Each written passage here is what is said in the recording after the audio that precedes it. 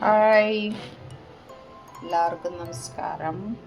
ഞാനിന്നിപ്പോൾ വെണ്ടയ്ക്കയുണ്ട് ഒരു south Indian കാരക്കുഴമ്പ് നിങ്ങൾക്ക് കാണിച്ചു തരാം. വെണ്ടയ്ക്ക ഇങ്ങനെ ചെറുതായി മുറിച്ചത്, ചെറിയ ഉള്ളി, പിന്നെ വെളുത്തുള്ളിയും ഇഞ്ചിയും, പിന്നെ വെല്ലുള്ളി വേണം നമുക്ക്.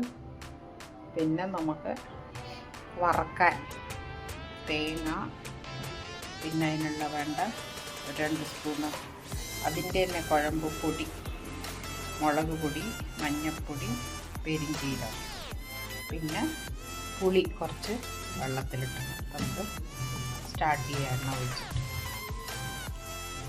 ഇതൊക്കെ എണ്ണ ഒഴിച്ചു. പിന്നെ നമ്മൾ കുറച്ച് കടുകിട്ട് പൊട്ടുന്ന സമയത്ത്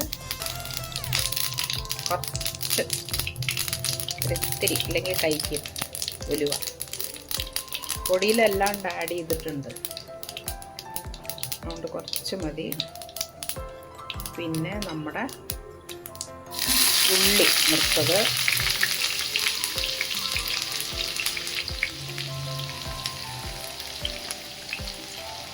കുറച്ച് ചെറിയ ഉള്ളി, അതൊരു ടേസ്റ്റാട്ടാം.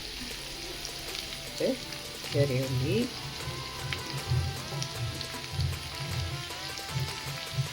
ഇത് നന്നായിട്ട് വഴറ്റുക.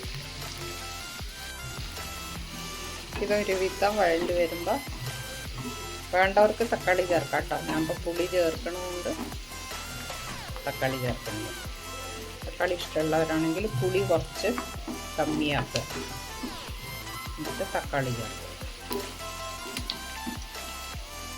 ഇത് വഴണ്ട് ഒരു വിധമാവുന്ന സമയത്ത് വെളുത്തുള്ളി, ഇഞ്ചി, ഇനി നമ്മൾ വെണ്ടയ്ക്ക ഇട്ടിട്ട് ഒന്ന് വഴറ്റും. അതുകൊണ്ട് ഇത് അധികം വഴന്ന് വരണ്ട. ഓക്കെ, ഇതാവുന്ന സമയത്ത് നമ്മുടെ വെണ്ടയ്ക്ക ഇട്ടിട്ട് ഒന്ന് വതക്കിയെടുക്കണം, അതിൻ്റെ ഒരു പച്ച ചുയ മാറാൻ വേണ്ടി. അത് കഴിഞ്ഞിട്ട് നമുക്ക് മസാല വറക്കണത് കാണിച്ചു തരാം.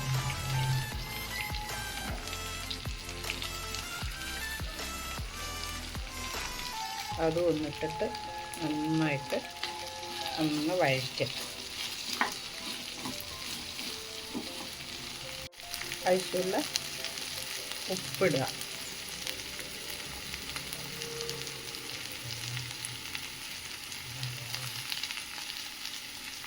എന്നിട്ടൊന്ന് വഴറ്റിയിട്ട് നമുക്ക്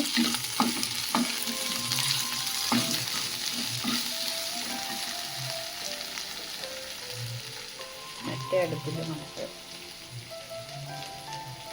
ഈ പൊടികളൊക്കെ ഒന്ന് വറുത്തെടുക്കാം. ആദ്യം പെരിഞ്ചീരകം, കുറച്ച് ഉലുവ, പിന്നെ നമ്മളെടുത്ത് വെച്ച പൊടികൾ ഒന്ന് വാട്ടി എടുക്കാം. അപ്പോഴേക്കും അതാവട്ടെ വെണ്ടയ്ക്ക. ഇതൊന്ന് പച്ച ചുയ മാറുന്ന വരെ ഒന്ന് നമുക്ക് വാട്ടിയെടുക്കാം. അതേ കടായിൽ തന്നെ ഒരു 3-4 സ്പൂൺ, അത് ഓരോരുത്തരുടെ കൊഴുപ്പനുസരിച്ചിട്ട് തേങ്ങ ചേർക്കാം. നല്ല കൊഴുത്ത കൂട്ടാൻ വേണമെന്ന് പറഞ്ഞാൽ കുറച്ചല്ലേ ഉള്ളൂ. അപ്പോൾ നമുക്ക് ആ തേങ്ങേനൊന്ന് വറുത്തെടുക്കാം.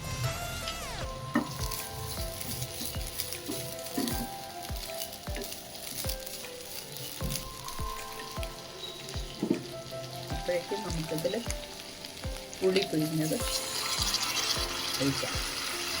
പുളി നല്ല തിളച്ചു. പിന്നെ നമ്മൾ എടുത്ത് വെച്ച പൊടി ഇട്ടിട്ട് തേങ്ങ ഒന്ന് വഴണ്ടി വരുന്ന സമയത്ത് അതും അരച്ചിട്ട് നമുക്ക് ചേർക്കാം.